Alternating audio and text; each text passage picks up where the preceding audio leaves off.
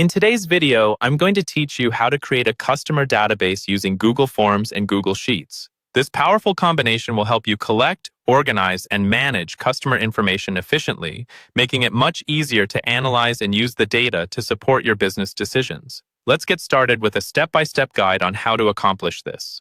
First, you'll need to head over to Google Forms. If you haven't already signed into your Google account, make sure you do that first. Once you're in Google Forms, you'll see a button that says blank to start a new form. Click on that and it will open a blank form where you can begin creating your questionnaire. Consider the kind of data you want to collect.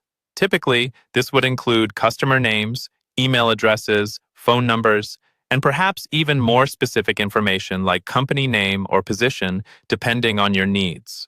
Write out your questions clearly, ensuring they're straightforward and easy to understand. This will encourage your respondents to complete the form accurately. Once you've crafted all your questions, there's an option on the top right corner of the screen labeled Responses. Click on it, and here you'll see a small green Sheets icon. Click on this icon to create a new Google Sheet that will store all responses automatically.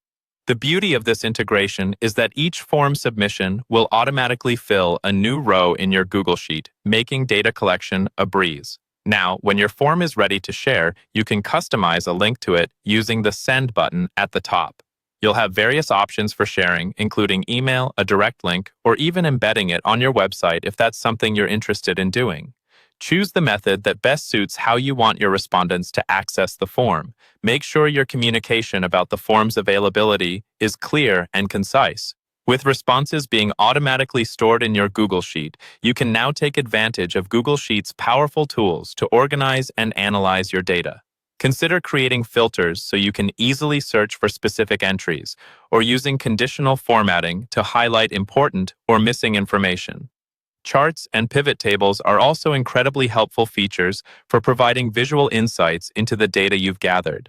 Remember, it's important to periodically review and update your form to ensure the questions remain relevant and comprehensive as your business grows and evolves.